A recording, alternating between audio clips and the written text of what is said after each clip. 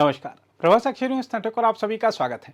जम्मू कश्मीर के मुख्यमंत्री उमर अब्दुल्ला ने आज व्हाइट कॉलर आतंकी मॉड्यूल और दिल्ली धमाके में शामिल सभी आरोपियों को कड़ी सजा देने की वकालत की, लेकिन साथ ही उन्होंने यह भी कहा कि निरपराध नागरिकों को किसी भी तरह की कार्रवाई की जद में नहीं लाना चाहिए। श्रीनगर में संवाददाताओं से बातचीत के दौरान उमर ने उत्तर क्षेत्रीय मुख्यमंत्रियों के सम्मेलन का हवाला भी दिया, जहां उन्होंने केंद्र सरकार से अपील की कि हर कश्मीरी, विशेषकर हर कश्मीरी मुस्लिम को शक की निगाह से ना देखा जाए। उमर अब्दुल्ला ने नौगाम पुलिस स्टेशन में हुए आकस्मिक विस्फोट में घायल लोगों से अस्पताल में मिलकर हालचाल भी जाना। उन्होंने मृतकों के परिवारों को हर संभव सरकारी सहायता का आश्वासन दिया और अस्पताल प्रशासन की त्वरित प्रतिक्रिया की सराहना की। मीडिया से बातचीत में उमर ने साफ कहा कि दिल्ली धमाके से जुड़े मॉड्यूल को पकड़ने और उन्हें सख्त सजा देने में कोई ढिलाई नहीं होगी, लेकिन हिंसा के सदैव विरोधी निर्दोष नागरिकों को इसके दायरे में लाना न्यायसंगत नहीं है। उन्होंने उम्मीद जताई कि केंद्र सरकार उनकी इस चिंता पर ध्यान देगी। तहकीकात शुरू की गई है। उम्मीद करता हूं कि जवाब लोगों को मिलेंगे, क्योंकि ये नहीं होना चाहिए था। इतनी बड़ी क्वांटिटी एक्सप्लोजिव्स की यहां लाई गई, किन हालात में लाया गया, किन हालात में रखा गया, किन हालात में उसको डील किया जा रहा था। अब आहिस्ता आहिस्ता इन तमाम सवालों के जवाब जो हैं हमें हासिल होंगे, लेकिन फिलहाल मैं तो सिर्फ उन तमाम घरों के साथ हमदर्दी और ताज़ियत का इजहार करने,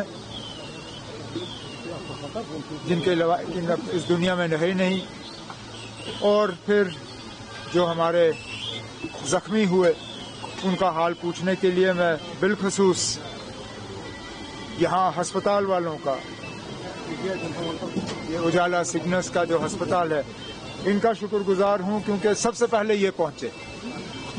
इन्होंने टेलीफोन का भी इंतजार नहीं किया, खिड़की से देखा कि एक्सप्लोजन हुआ है, आग लगी है, इन्होंने अपना एम्बुलेंस भेजा और सबसे पहले स्पॉट पे इनकी टीम पहुंची और उन्होंने जख्मी लोगों को निकाला। आज भी कई सारे जख्मी इनके अस्पताल में इलाज हासिल कर रहे हैं। 4 लोग इनके आईसीयू में हैं। उम्मीद करते हैं कि ये सारे जो हैं इनकी सेहत ठीक होगी और इनको घर वापस भेजा जाएगा।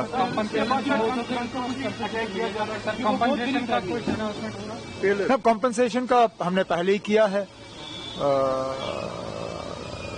जो हमें यहाँ से मतलब चीफ मिनिस्टर्स रिलीफ फंड से जो हमें अनाउंस करना था वो हमने कर लिया है। इसके बाद जो मकानों को नुकसान हुआ है, स्ट्रक्चरल डैमेज, एमएलए साहब ने मुझसे उसके बारे में बात की।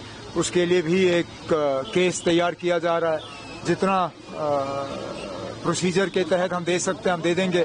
बाकी क्योंकि ये पुलिस स्टेशन में ब्लास्ट हुआ है, उम्मीद की जाती है कि जो फंड्स होम डिपार्टमेंट के पास हैं और खासकर जो फंड्स हमारे तरफ से एलजी साहब के पास रखे जाते हैं, जो फंड उनको दिया जाता है, उस फंड में से भी इन मकान मालिकों को कुछ पैसा मिलना चाहिए ताकि जो नुकसान हुआ है उसको ठीक किया जा सके। ये बात मैंने कल भी जो north zone chief ministers conference रही उसमें भी मैंने तमाम जो उसमें हिस्सा ले रहे थे, उसमें यूनियन होम मिनिस्टर साहब थे, होम सेक्रेटरी थे, नॉर्थ जोन के तमाम चीफ मिनिस्टर्स थे, कुछ गवर्नर और एलजी थे। मैंने उन सब से यही मोतबाना गुजारिश की कि मेहरबानी करके हर जम्मू कश्मीर के बाशिंदे को और खासकर हर कश्मीरी मुसलमान को शक के नजरिए से मत देखिए। जो इस हादसे के लिए और जो खासकर दिल्ली में ब्लास्ट हुआ है, जो उसके लिए कसूरवार हैं, उनको पकड़ के सख्त से सख्त सजा दी जानी चाहिए। लेकिन जो बेगुनाह लोग हैं, जिनका इससे कोई लेना देना नहीं है, जिन्होंने हमेशा जो है तशद्दुद और इस चीज के खिलाफ जो है अपनी आवाज बुलंद की, उनको मेहरबानी करके इस दायरे में मत लाइए। ये मैंने बात की है और उम्मीद करता हूं कि इस बात पे अमल होगा। सर, जो टेलर की फैमिली है वो चाहते हैं कि कोई हमें पुलिस से नौकरी, किसी भी नौकरी मिलनी चाहिए, क्योंकि ये बेगुनाह था। उनको कौन? टेलर। नहीं, वो तो मिलना ही चाहिए, वो तो मिलना ही चाहिए। इससे पहले एसआरओ होता था, एसआरओ का नाम बदल दिया गया है, लेकिन स्कीम वही है।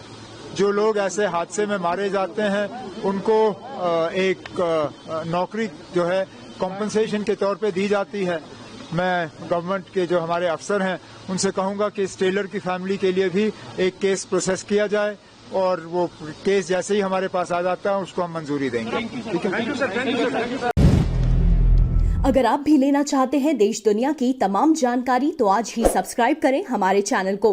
साथ ही नीचे दिए बेल आइकन को जरूर दबाएं ताकि हर अपडेट आप तक पहुंच सके।